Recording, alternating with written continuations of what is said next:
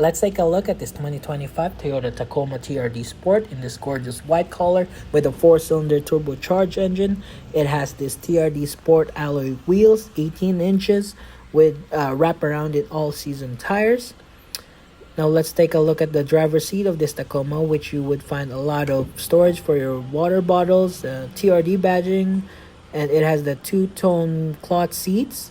Those are your auto headlights, and you can add accessories on those buttons as well. Taking a look at the left of this left side of the steering wheel, there's your voice command.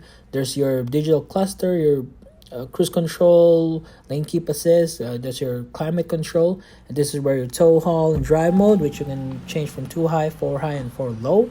Now coming to the rear of this Tacoma, it is two-toned as well, and it's very configurable. You can put this up and put more stuff over there, or you can go this way, if I can get it, and you would have a flat load floor, easy as that.